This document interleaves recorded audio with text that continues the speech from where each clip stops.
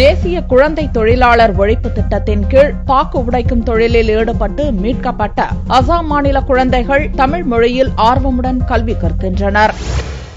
கோவை மாவட்டம் தொண்டாமுத்தூரில் பாக்கு மர சாகுபடி பணியில் வடமாநிலத்தவர் ஈடுபட்டுள்ளனர். பாக்கு உடைக்கும் மற்றும் பதப்படுத்தும் பணியில் குழந்தைகள் பலர் ஈடுபடுத்தப்படுவதாக குழந்தை தொழிலாளர் ஒழிப்பு திட்ட இயக்க அலுவலகத்திற்கு புகார் வந்தது. அதிகாரிகள் அதிரடியாக நடத்திய சோதனையில் 15 வயதிற்குட்பட்ட 52 குழந்தைகள் மீட்கப்பட்டு முத்திப்பாளையம் சிறப்பு பள்ளியில் சேர்க்கப்பட்டனர்.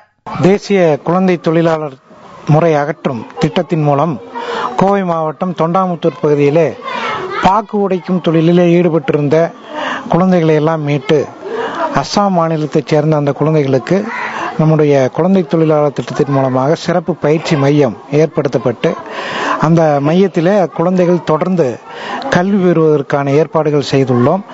இவர்கள் அசாம் மாநிலத்தைச் சேர்ந்தவர்கள் என்பதால் அசாம் ஹிந்தி மொழிகளில் பாடம் கற்பிக்கப்படுகிறது. சமச்சீர் கல்வி திட்டத்தின் கீழ் தமிழ் மொழியையும் இவர்கள் ஆர்வமுடன் கற்று வருகின்றனர். தமிழ்ல சொல்லிக்கிறீங்க, அப்புறம் அசாம், அப்புறம் மேக்ஸ், இங்கிலீஷ், ஹிந்தி எல்லாமே சொல்லி கொடுக்குறீங்க. அவங்க தமிழ்ல சொன்னா புரிஞ்சிருக்குது இல்லைங்க, அசாம் பாஷையில சொன்னா புரிஞ்சுக்கிறாங்க. ஈஸியா கத்துக்கிறாங்க. சொல்லி கொடுத்தனா படிச்ச சொல்லிட்டு கத்துக்கிறாங்க. நான் முதல்ல பாக்கு குளிச்சேன். இப்போ எனக்கு ஸ்கூல் பிடிக்குது. இப்போ ஸ்கூல் நல்லா படிக்கிறேன். எனக்கு நல்லா பிடிச்சிருக்கு ஸ்கூலு.